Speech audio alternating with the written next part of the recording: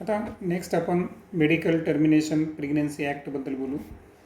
The Medical Termination of Pregnancy Act 2017 was enacted by the Government of India with the intention of reducing the incidence of illegal abortion and consequent maternal mortality and morbidity.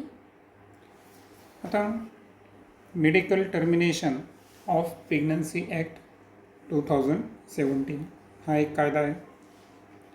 तर हा government of इंडियानं enact केलेला कायदा आहे आणि याचा उद्देश जर पाहिला आपण इंटेन्स तर तो आहे reduce the incidence of illegal abortion, की भारतामध्ये जे इलिगल ॲबॉर्शन होतात तर त्या घटना इन्सिडन्स रिड्यूस करणे, त्यानंतर consequent maternal mortality and morbidity आणि त्या संदर्भात असणारं जे मॅटर्नल मॉर्टिलिटी आहे, म्हणजे जे बऱ्याच वेळेस अशा केसेसमध्ये त्या महिलेचा मृत्यू होतो, आणि दुसरा आहे मॉर्बिडिटी. आणि मॉर्बिडिटी म्हणजे की एखाद्या वेळेस अनहेल्थी असणे, हे की नाही, कारण तुम्हाला माहिती आहे की इलिगल ॲबॉर्शनमुळे बऱ्याच वेळेस जे आहेत वेगवेगळ्या प्रकारचे डिसीज, अनहेल्थी अशी कंडिशन होते सिकनेसची वगैरे. According to this act, pregnancy may be terminated on certain considered grounds within the first 12 weeks of pregnancy on the opinion of one registered medical practitioner. आता या ॲक्टनुसार जे प्रेग्नन्सी टर्मिनेट करायची असेल तर हे केव्हा शक्य आहे?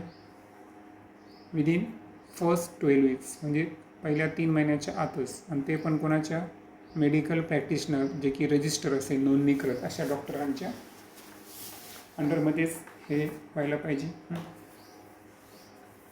If the pregnancy has lasted more than 12 weeks but fewer than 24 weeks, 2 registered medical practitioners must be of the opinion formed in good faith that the required ground exists.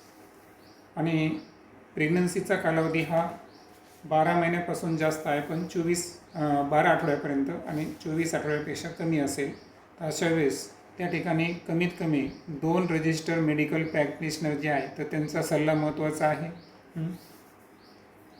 The grounds for such termination of pregnancies are the continuation of the pregnancy would involve a risk to the life of the pregnant woman or of grave injury, physical or mental health.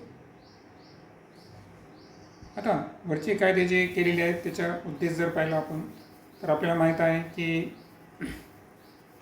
Continuation of pregnancy जी आहे तर involve a risk of the life of pregnant women or a injury, grave injury to physical or mental health. म्हणजे जे 12 ते 24 आठवड्याच्या मध्ये जे या ठिकाणी अलाउड आहे समजा, ओके, मेडिकल टर्मिनेशन, म्हणजे त्या ठिकाणी प्रेग्नन्सी टाळता येऊ शकते, पण त्याचे काही कंडिशन्स आहेत. त्या कंडिशन्स म्हणजे जर त्या ठिकाणी वुमेनला जर धोका असेल किंवा होणारं जे बाळ आहे त्याची ग्रेव injury, physical or mental health, म्हणजे त्या ठिकाणी खूप म्हणजे जर त्या ठिकाणी मेंटल हेल्थ आणि इंजुरी पॉसिबल असेल तर अशा केसमध्ये होऊ शकतं. Or there is a substantial risk that of the child were born, it will suffer from such physical or mental abnormalities as to be seriously handicapped. Okay. आणि जर होणारं चाइल्ड जे आहे, आता वरचं मदरबद्दल होता की मदर जे आहे ते फिजिकल किंवा मेंटल हेल्थ किंवा ग्रेव इंजुरी त्या संदर्भात असेल तर टाळता येते, किंवा जे चाइल्ड आहे, ओके, ते जर एखाद्या फिजिकल किंवा मेंटल ॲबनॉर्मॅलिटीजसह जर त्याचा जन्म होत असेल किंवा सिरियसली तो हँडिकॅप असेल तर अशा केसमध्ये 12 to 24 वीक्सच्या आतमध्ये या ठिकाणी प्रेग्नन्सी टर्मिनेट करता येऊ शकते, असा हा कायदा सांगतो. त्यानंतर आपण बोलू MTP बद्दल, medical termination of pregnancy. First point, Intentional or voluntary termination of pregnancy before full term is called medical termination of pregnancy, MTP, or induced abortion. आता इंटेन्शनल किंवा व्हॉलंटरी टर्मिनेशन म्हणजे ऐच्छिक म्हणू आपण त्याला. तर आपल्या इच्छेने प्रेग्नन्सी टर्मिनेट करायची असेल फुल टर्मच्या अगोदर तर त्या कन्सेप्टला म्हणायचं medical termination of pregnancy MTP किंवा इंड्युस्ड ॲबॉर्शन म्हणजे ॲबॉर्शन घडून आणणे. Nearly 45 to 50 million MTPs are performed in a year all over the world, which accounts to 1/5 of the total number of conceived pregnancies in a year. जगामध्ये जे ॲबॉर्शनचा अर्थातच medical termination of प्रेग्नन्सीचं प्रमाण जर पाहिलं तर दरवर्षी 45 to 50 मिलियन्स जे आहे एवढ्या प्रेग्नन्सीचं MTP केलं जातं म्हणजे ॲबॉर्शन एवढे होतात जगामध्ये जे की टोटल प्रेग्नन्सीच्या 1/5 म्हणजे जवळपास 20% जे आहेत असा रेशो आहे त्याचा. Whether to accept or legalize MTP or not is being debated upon in many countries due to emotional, ethical, religious and social issues involved in it. आता MTP जे आहे ते लिगलाइज किंवा ॲसेप्ट म्हणजे कायद्यानं मान्यता द्यायची किंवा नाही द्यायची हे त्या देशाचे जे इमोशनल, इथिक्स, रिलिजियस आणि सोशल इश्यू असतील म्हणजे प्रत्येक देशाची आपापली एक संस्कृती, एक कल्चर, एक तिथलं धार्मिक काही गोष्टी असतात, सामाजिक गोष्टी तो देश तसा ठरवत असतो. Government of India legalized MTP in 1971 with some strict conditions to avoid its misuse. Indian गव्हर्नमेंटनं MTP हे लिगलाइज केलेले 1971मध्ये परंतु त्याच्या काही स्ट्रिक्ट कंडिशन आहे आणि स्ट्रिक्ट कंडिशन यासाठी की याचा चुकीचा वापर केला जाऊ नये. Such restrictions are all the more important to check indiscriminate and illegal female ferticide which are reported to be high in India. आणि हे जे रिस्ट्रिक्शन आहे हे जास्त इम्पॉर्टंट काय आहे कारण फिमेल फर्टिसाईड संदर्भात जर पाहिलं तर खूप जास्त इनडिस्क्रिमिनेट अँड इलिगल यूज त्या ठिकाणी झालेला आहे आणि दॅट्स वाय फिमेल फर्टिसाईड जे आहे तर यांना आज आपण जर पाहिलं तर रेशो कमी झालेला आहे बरोबर का इवन अशी कंडिशन आहे. तर असा indiscriminate and illegal female foeticides check करण्यासाठी याचा चुकीचा वापर होऊ नये म्हणून अशा पद्धतीचे रिस्ट्रिक्शन या ठिकाणी लावले गेलेले. Why MTP? मग आता हे ॲबॉर्शन इतकं महत्त्वाचं का आहे? Obviously, the answer is to get rid of unwanted pregnancies either due to casual and protected intercourse or failure of the contraceptive used during coitus or sex. आता बऱ्याच वेळेस काय होतं की अनप्रोटेक्टेड इंटरकोर्स झाला तर अशा वेळेस अनवॉन्टेड प्रेग्नन्सी घडून येते. मग हे टाळण्यासाठी म्हणा किंवा बऱ्याच वेळेस कॉन्ट्रेसेप्टिव्ह यूज केले पण तरीसुद्धा त्या ठिकाणी काय झालं की फर्टिलायझेशन घडून आलं कॉयटसच्या दरम्यान म्हणा किंवा एखाद्या वेळेस रेप्स वगैरे इश्यूमुळं. तर अशा वेळेस MTP इसेन्शियल आहे. MTPs are also essential in certain cases where continuation of the pregnancy could be harmful or even fatal either to the mother or to the fetus or both. त्यानंतर MTPs जे आहेत आणखीन एका केसमध्ये खूप महत्त्वाचं आहे की अशा केसमध्ये की ज्या ठिकाणी प्रेग्नन्सीमुळं जर आईला धोका असेल किंवा फटसला धोका असेल किंवा दोघाला धोका असेल तर अशा केसमध्ये MTP इसेन्शियल आहे. MTPs are considered relatively safe during the first trimester, that is up to 12 weeks of pregnancy. आणि वरी डिस्कस केल्याप्रमाणे MTPsचा सेफ टाईम कोणता आहे? फर्स्ट ट्रायमिस्टर म्हणजे पहिले 3 महिने अर्थातच प्रेग्नन्सीचे सुरुवातीचे 12 आठवडे. Second trimester abortion are much more riskier. Second trimester म्हणजे 12व्या ते 24व्या वीकमध्ये जर पाहिलं तर हे थोडंसं हाय रिस्कियर असतं. One disturbing trend observed in that a majority of the MTPs are performed illegally by unqualified quacks which are not only unsafe but could be fatal too. आता असे काही केसेस या ठिकाणी आपल्या दिसून आलेले आहेत की ज्यांनी सेकंड ट्रायमिस्टरमध्ये MTPs घडून आणल्या आणि यामध्ये एक्सपर्ट डॉक्टरचा सुद्धा समावेश नव्हता. त्यानंतर ते अनसेफ होतं आणि काही केसेसमध्ये फटल म्हणजे बऱ्याच जणांची डेथसुद्धा झालेली या ठिकाणी. Another dangerous trend is the misuse of amniocentesis to determine the sex of the unborn child. आणि सर्वात डेंजरियस ट्रेंड जर पाहिला आपण तर amniocentesis ही जी टेस्ट आहे तर त्याचा मिसयूज केला जातो आणि त्याच्या साहाय्यानं अनबॉर्न चाइल्डचं सेक्स डिटरमाइन केलं जातं की तो मेल आहे का female. Frequently, the fetus is found to be female. It is followed by MTP. This is totally against what is legal. आणि स्पेशली फटस जर आहे फिमेल असेल तर अशा वेळेस MTP फॉलो बऱ्याच जणांनी केलं आहे जे की कायद्याच्या विरुद्ध आहे.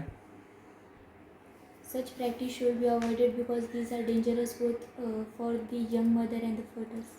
मग असे प्रॅक्टिसेस हे शक्यतो टाळल्या गेले पाहिजे, कारण हे दोन्ही गोष्टीसाठी घातक आहे, यंग मदरसाठी सुद्धा आणि फटससाठी सुद्धा. Effective counseling on the need to avoid unprotected coitus and the risk factor involved in illegal abortion as well as providing more healthcare facilities could resolve the mentioned unhealthy trend. आता हा unhealthy trend जर आपल्याला बंद करायचा असेल तर त्याचे काही उपचार आहेत. पहिली गोष्ट, काउन्सिलिंग महत्त्वाची आहे की अनप्रोटेक्टेड क्वायटस व्हायला नाही पाहिजे, जेणेकरून प्रेग्नन्सीची वेळेस येणार नाही आणि त्यानंतर ते MTPs यूज करायची वेळ येणार नाही. त्यानंतर जे इलिगल ॲबॉर्शन्स आहेत तर त्याचे रिस्क फॅक्टर लोकांना समजले पाहिजे, बरोबर. आणि दुसरी म्हणजे providing more health care facilities, आणि ज्या ज्या केसमध्ये खूप इसेन्शियल असेल तर अशामध्ये हेल्थ फॅसिलिटी प्रोव्हाइड करणं, तर हे सर्व इसेन्शियल होऊन जातं. त्यानंतर आहे STI अर्थातच sexually transmitted infections. Infections or diseases which are transmitted through sexual intercourse are collectively called sexually transmitted infections or venereal diseases or reproductive tract infection. आता STI तर बऱ्याच वेळेस काय होतं की सेक्शुअल इंटरकोर्स थ्रू काही इन्फेक्शन डिसीज एका पार्टनरकडून दुसऱ्या पार्टनरकडे ट्रान्समिट होतात. त्याला आपण सेक्शुअली ट्रान्समिटेड इन्फेक्शन म्हणू, किंवा याला मेडिकल टर्ममध्ये वेनेरियल डिसीजेस किंवा रिप्रोडक्टिव्ह ट्रॅक्ट इन्फेक्शन RTI सुद्धा म्हणतात.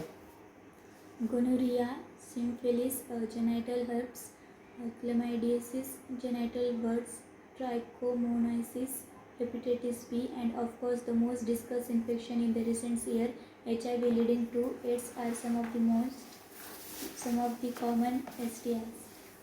आता काही STI जे आहेत तर ते कॉमन आहेत, जसं की गोनेरिया डिसीज असेल, syphilis, genital herpes, chlamydiasis, genital warts, trichomoniasis, hepatitis B, आणि सर्वात महत्त्वाचं म्हणजे एड्स. हे असे काही आजार आहेत की ज्यांना आपण सेक्शुअली ट्रान्समिटेड इन्फेक्शन म्हणतो. Among these, HIV infection is most dangerous and is discussed in detail in chapter 8. आणि यात हे एड्स हा जो आजार आहे हा कशामुळे होतो, HIV इन्फेक्शनमुळे होतो. हा सर्वात डेंजरियस आहे, त्याचा आपण चॅप्टर 7मध्ये डिस्कस करू. Some of these infections like hepatitis B and HIV can also be transmitted by sharing of injection needles, surgical instruments, etc. आता यामधले STI मधले काही आजार आहेत पहा, जसं की हेपेटायटिस B आणि HIV हे व्हायरल डिसीजेस आहे, व्हायरसमुळे होणारे. तर अशा वेळेस होऊ शकतं की जे निडलची शेअरिंग असेल किंवा सर्जिकल इन्स्ट्रुमेंटच्या शेअरिंगमुळे हे एका व्यक्तीकडून दुसऱ्या व्यक्तीकडे काय होऊ शकतात, ट्रान्समिट होऊ शकतात. With infected persons, transfusion of blood or from an infected mother to the fetus too. आता सर्जिकल निडल्स इन्स्ट्रुमेंट्स आणि निडल्स यांच्या थ्रू हेपेटायटिस Bचे आणि HIVचे व्हायरस हे कसे इन्फेक्टेड पर्सनकडून किंवा ब्लड ट्रान्सफ्युजनच्या दरम्यान किंवा इन्फेक्टेड मदरकडून फटसला सुद्धा या ठिकाणी HIV किंवा हेपेटायटिस Bचं इन्फेक्शन होऊ शकतं. Except for hepatitis B, genital herpes and HIV infections, other diseases are completely curable if detected early and treated properly. आता वरी जेवढे काही आजारांची लिस्ट दिली आहे तुम्हाला, यामध्ये 3 आजार असे आहेत की ज्यांचं ट्रीटमेंट आज रोजी अवेलेबल नाही आहे, बरोबर. ते आहेत हेपेटायटिस B, जेनायटल हर्ब्स आणि HIV इन्फेक्शन. हे वगळता बाकीचे सगळे डिसीज हे क्युरेबल आहे, आणि त्यांना जर आपण अर्ली डिटेक्ट केलं आणि प्रॉपर ट्रीटमेंट घेतलं तर आपण त्यापासून नीट होऊ शकतो, पण हे 3 आजार सोडून. Early symptoms of most of these are minor and include itching, fluid discharge, light pain, swelling, etc. in the genital region. आता जास्तीत जास्त वर उल्लेखल्या केलेल्या आजाराचं जर आपण प्राथमिक लक्षण पाहिलं, अर्ली सिम्पटम्स, तर अर्ली सिम्पटम्स काय आहे, यामध्ये इचिंग असेल, ओके. त्यानंतर फ्लूइड डिस्चार्ज होणे, त्यानंतर स्लाइट पेन होणे, स्वेलिंग, हे असे काही लक्षणं आहेत की जे STI म्हणजे सेक्शुअली ट्रान्समिटेड इन्फेक्शन संदर्भात असू शकतात. Infected females may often be asymptomatic and hence may remain undetected for long. आता वरती आपण पाहिलं की STIचे जे जेनेटल रिजन असतात है ना, जेनेटल रिजनमध्ये इचिंग, फ्लूइड डिस्चार्ज होणे, स्लाईट पेन, स्वेलिंग होणे, तर हे काही STIची लक्षणं आहे. आता इन्फेक्टेड फिमेल जी आहे तर मे ऑफन बी असिम्टमॅटिक. असिम्टमॅटिक म्हणजे सुरुवातीला काही लक्षणं दिसत नाही पण ती इन्फेक्टेड असते. Or may remain undetected for long, आणि बराच कालावधीपर्यंत त्यांच्यामध्ये लक्षणं दिसून येत नाही, असे काही फिमेल संदर्भात होत झालेलं आहे. Absence or less significant symptoms in the early stage of infection and the social stigma attached to the STIs deter the infected person from going for timely detection and proper treatment. आता काय होतं, absence or less significant symptoms म्हणजे काही लक्षणं दिसतच नाही किंवा दिसतात तर फार कमी प्रमाणात दिसत असतील तर त्याला आपण अर्ली स्टेज इन्फेक्शन म्हणतो. आणि याच्यामध्ये काय होतं की social stigma attach to STI deter the infected person from going to timely detection and proper treatment. म्हणजे काय होतं की बऱ्याच वेळेस STIचे ट्रीटमेंट करायला आपण काय करतो, थोडासा घाबरत असतो आहे की नाही, त्या गोष्टीला आपण प्रॉपरली केअर करत नाही. This could lead to complications later, which include pelvic inflammatory diseases, PID, abortions, stillbirths, ectopic pregnancies, infertility, or even cancer of the reproductive tract. परंतु हे जे आहे तर हे वेळीच याचं ट्रीटमेंट होणे आवश्यक आहे पहा, कारण कॉम्प्लिकेशन नंतर वाढत जातात. त्यानंतर काही पेल्विक इन्फ्लॅमेटरी डिसीज होतात पहा, PID, कधी मग ॲबॉर्शन्स असतील, स्टील बर्थ असेल. आता स्टील बर्थ एक अशी कंडिशन आहे की प्रेग्नन्सीनंतर 20 आठवड्याच्या आत किंवा 20 आठवड्यानंतर जर बेबीची डेथ होत असेल किंवा बिफोर बर्थ म्हणा किंवा ड्युरिंग द बर्थ जर डेथ होत असेल तर त्या मेडिकल कन्सेप्टला काय म्हणतात, स्टील बर्थ. ओके. त्यानंतर आहे एक्टोपिक प्रेग्नन्सीज. आता एक्टोपिक प्रेग्नन्सीचा अर्थ काय की फर्टिलाइज एगचं इम्प्लांटेशन आणि ग्रोथ ही युटेरसमध्ये न होता युटेरसच्या मेन कॅव्हिटीच्या बाहेर जर होत असेल तर त्या प्रेग्नन्सीला काय म्हणायचं, एक्टोपिक प्रेग्नन्सी. इनफर्टिलिटी म्हणजे त्याच्यामध्ये ॲक्च्युअल फर्टिलायझेशन घडूनच येत नाही, और इवन कॅन्सरसुद्धा होऊ शकतो रिप्रोडक्टिव्ह ट्रॅकचा. असे काही कॉम्प्लिकेशन आहेत. STIs are a major threat to a healthy society. आणि एक हेल्थी सोसायटीला एक फार मोठी चेतावणी म्हणू आपण, ते सेक्शुअली ट्रान्समिटेड इन्फेक्शन्स आहेत. Therefore, prevention or early detection and cure of these diseases are given prime consideration under the reproductive healthcare programs. आणि म्हणून जे असे डिसिजेस आहेत तर त्यांचं अर्ली डिटेक्शन आहे ना, अर्ली डिटेक्शन म्हणा किंवा त्यापासून प्रिव्हेन्शन म्हणजे बचाव म्हणा, किंवा झाले असेल तर त्याचे क्युअर म्हणजे ट्रीटमेंट, हे सर्व खूप महत्त्वाचं आहे. त्याचं प्राईम कन्सिडरेशन म्हणजे त्याला खूप महत्त्व दिलं गेलं पाहिजे. आणि याचे ट्रीटमेंट आपण रिप्रोडक्टिव्ह हेल्थ प्रोग्रामच्या अंतर्गत करत असतो. Though all persons are vulnerable to these infections, their incidence are reported to be very high among persons in the age group of 15 to 24 years, the age group to which you also belong. आता जरी या ठिकाणी all persons are vulnerable to these infection, म्हणजे की infection कोणालाही होऊ शकतो, परंतु याच्यामध्ये जास्त चान्सेस जर पाहिला आपण तर तो एज ग्रुप कोणता आहे, 15 to 24. Okay. There is no reason so to panic because prevention is possible. आणि यामध्ये फार पॅनिक न होता एक लक्षात ठेवायचं की प्रिव्हेन्शन हे आवश्यक असतं, ते पॉसिबल असतं. One could be free of this infection by following the simple principles given before. मग आता STI होऊ नये म्हणून काय करायला पाहिजे? Avoid sex with unknown partners or multiple partners. पहिलं आहे की अननोन किंवा मल्टिपल पार्टनरसोबत या ठिकाणी सेक्स अवॉइड करायचं. Always try to use condoms during coitus. आणि कॉयटस जे आहे प्रत्येक कॉयटसच्या दरम्यान कॉन्डमचं या ठिकाणी यूज करायचं, आयदर मेल असेल किंवा फिमेल असतील. In case of doubt, one should go to a qualified doctor for early detection and get complete treatment if diagnosed with infection. आणि एखाद्याला शंका असेल की आपल्याला सेक्शुअल ट्रान्समिटेड काही इन्फेक्शन झालेलं आहे है ना, तर त्यांना क्वालिफाईड डॉक्टरचा सल्ला घ्यायला पाहिजे. अर्ली डिटेक्शन घेऊन प्रॉपर ट्रीटमेंट जर घेतली तर निश्चितच त्या इन्फेक्शनपासून तो स्वतःला प्रोटेक्ट करू शकतो.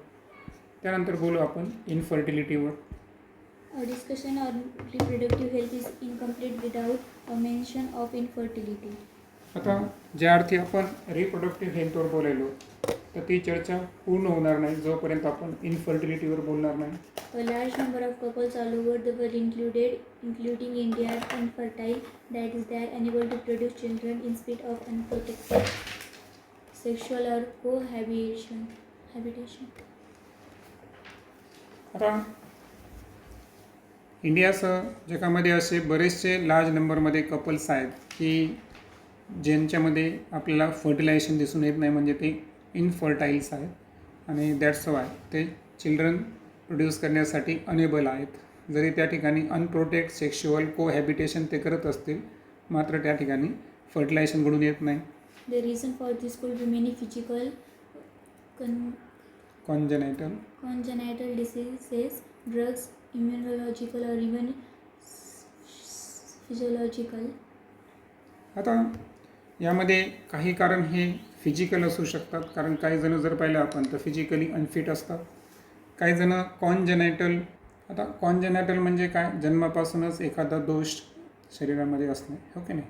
तर एक फिजिकल ॲबनॉर्मॅलिटी म्हणून, तर ते एक सुद्धा रिझन आहे. काही जणांच्या मागं इन्फर्टिलिटीचं कारण काही डिसीज असू शकतात. काही जणांमध्ये ड्रग्स जे ते औषधे घेतात विविध प्रकारची ते असू शकतं.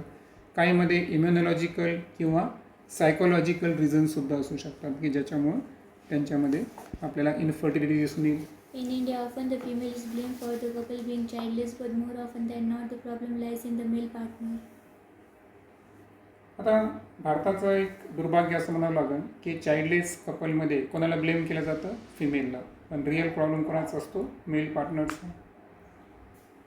Specialized healthcare units, infertility clinics, etc. could help in diagnosis and corrective treatment of some of these disorders and enable this couple to have children. आता काही स्पेशलाइज हेल्थ केअर युनिट्स असतात, जसं की तुम्ही शहरांच्या ठिकाणी पाहिलं तर इन्फर्टिलिटी क्लिनिक्स असतात की ते काय करतात की जे डिसऑर्डर्स आहे हे ना इन्फर्टिलिटी संदर्भात, तर त्याला डायग्नोज करून त्याचं करेक्टिव्ह ट्रीटमेंट करतात आणि त्यानंतर कपल्सला इनेबल करतात जेणेकरून ते चाइल्ड बर्थ करू शकतील. However, where such corrections are not possible, the couples could be assisted to have children through certain special techniques commonly known as assisted reproductive technologies, ART. आणि एवढं करूनही जर करेक्शन पॉसिबल होत नसतील तर त्यासाठी काही मेडिकल टेक्निक्स आहेत ज्यांना आपण एकत्रितपणे ART म्हणतो, अर्थातच assisted reproductive technologies. In vitro fertilization, IVF fertilization outside the body in almost similar condition as that in the body, followed by embryo transfer is one of such methods. आता ॲसिस्टेड reproductive टेक्नॉलॉजीमध्ये पहिली technique आपण discuss करू IVF, अर्थातच in vitro fertilisation.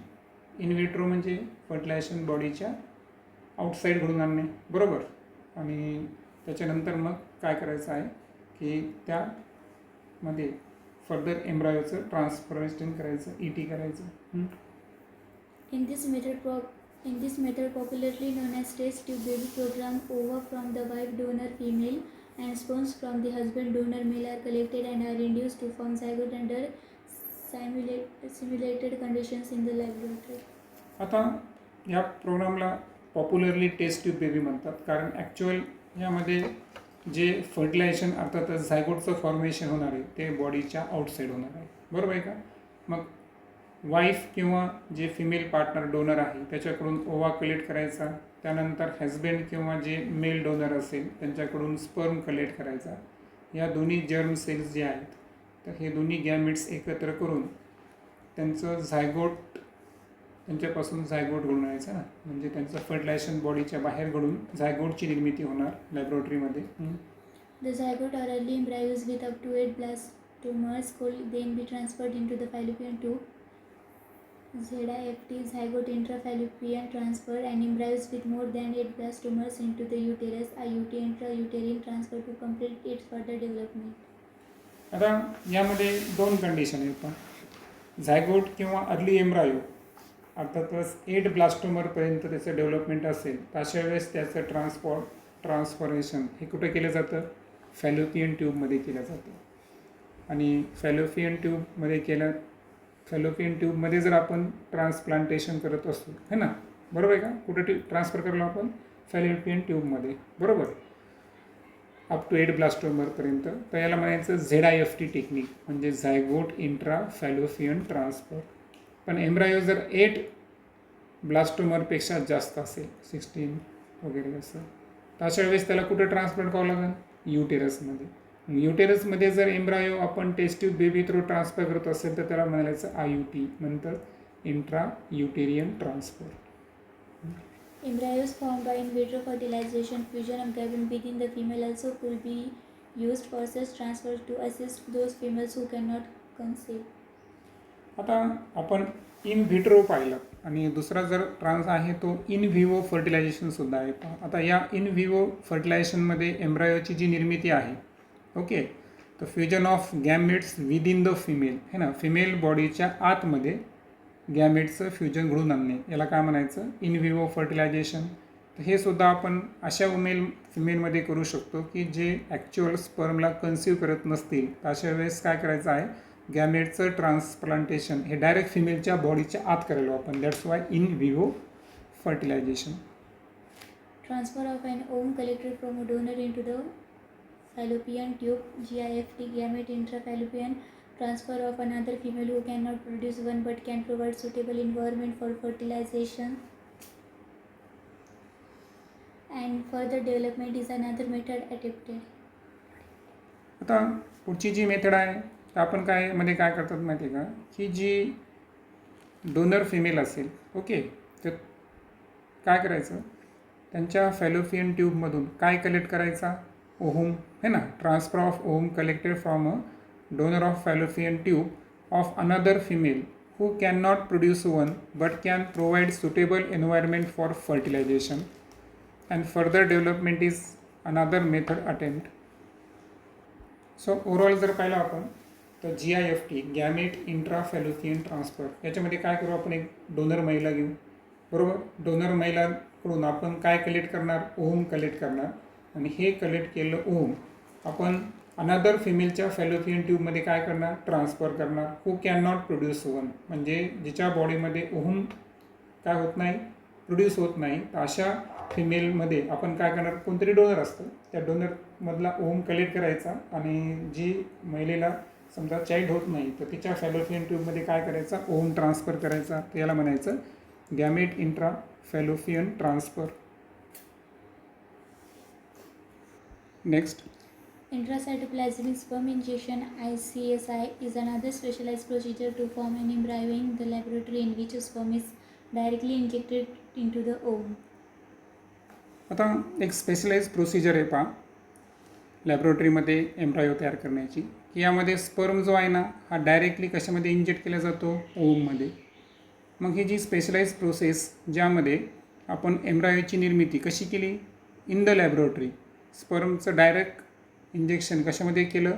ओवममध्ये केलं. तर या टेक्निकला म्हणायचं इंट्रासायटोप्लाझमिक स्पर्म इंजेक्शन, ICSI. म्हणजे आपण स्पर्मला डायरेक्ट इंजेक्ट केलं ओवमच्या सायटोप्लाझममध्ये.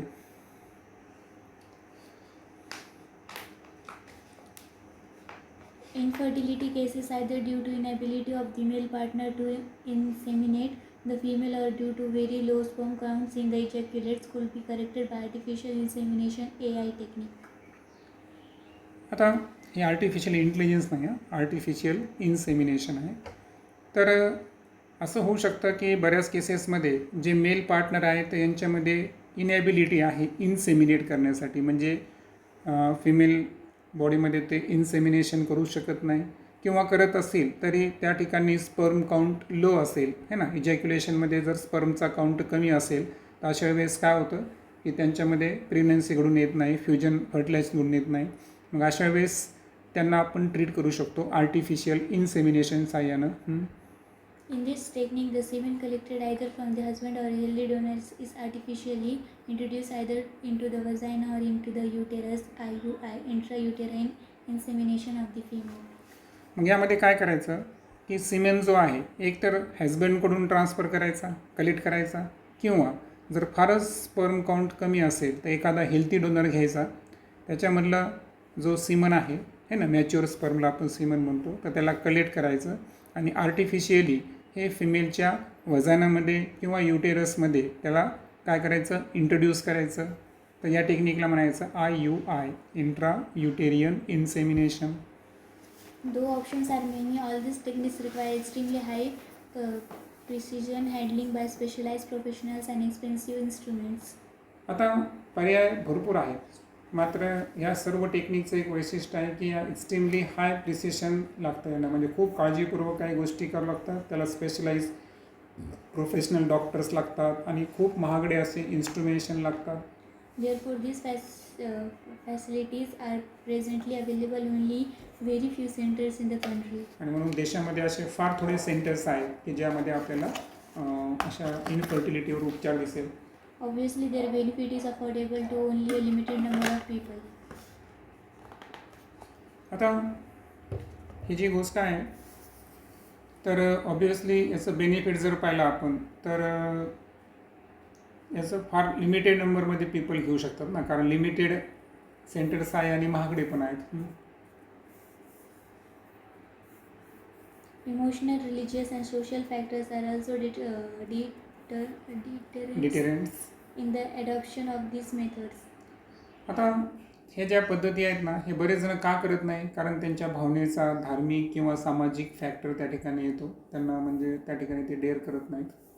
Since the ultimate aim of all these procedures is to have children, in India we have so many orphan and destitute children who would probably not survive till maturity unless taken care of.